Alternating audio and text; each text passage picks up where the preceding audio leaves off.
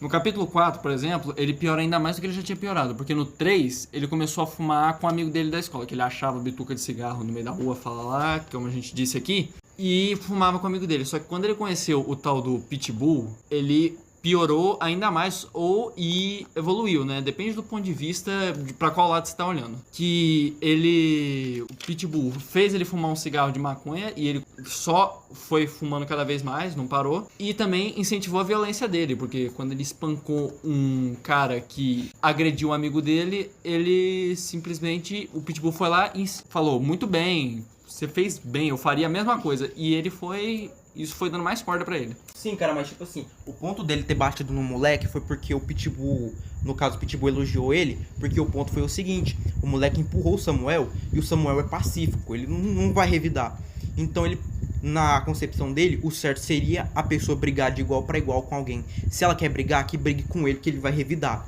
E tipo assim, a vida dele decaiu mais ainda, porque quando ele chegou em casa e que já tava completamente bêbado, ele já começou a empurrar a mãe dele e gritou alguma coisa pra ela. Não, mas depois disso, ele virou um completo babaca depois desse acontecimento. Que ele começou a roubar, beber mais, envolver-se em mais brigas.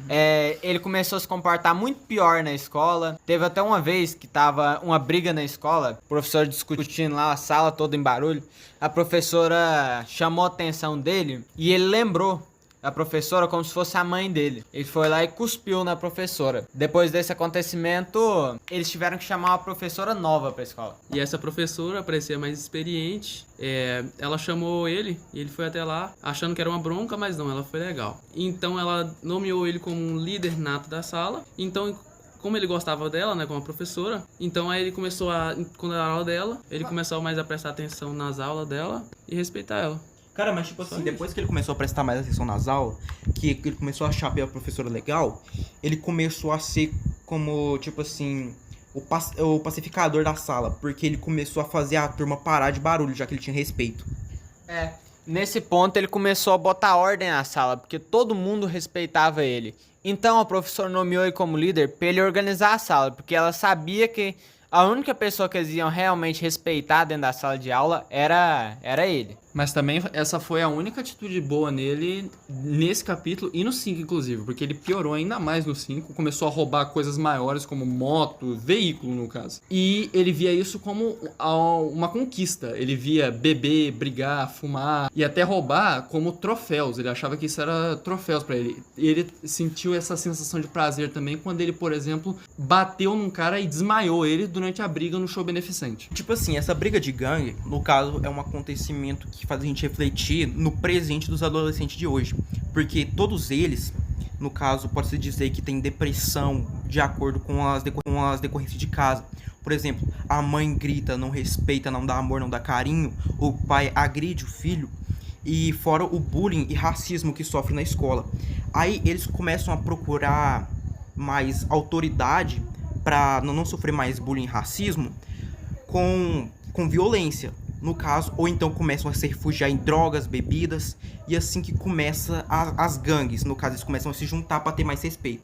Isso aí que o Marcelo falou, eu concordo. No caso, eles eram os opressores porque eles já foram oprimidos.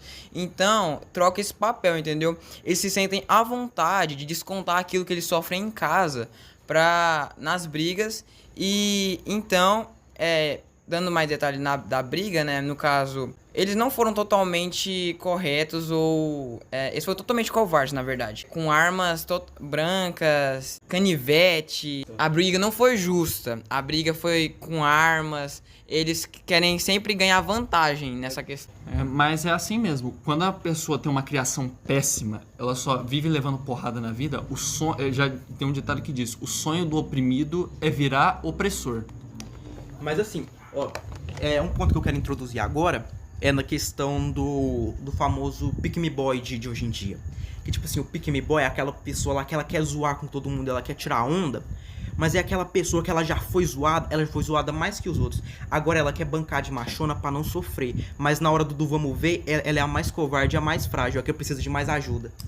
No caso, os praticadores do bullying hoje em dia. Não, mas nessa parte vocês têm razão. Tipo, eles começaram a agir de uma forma muito mais covarde. depois que eles formaram a gangue.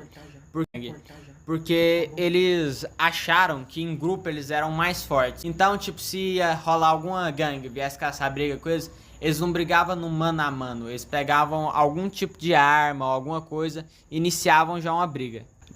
Mas assim, essa briga no final das contas acabou mal pra eles, porque o líder deles, o Pitbull, que não era um cara respeitável, assim, uma pessoa decente, mas que eles gostavam, morreu por conta da briga, né?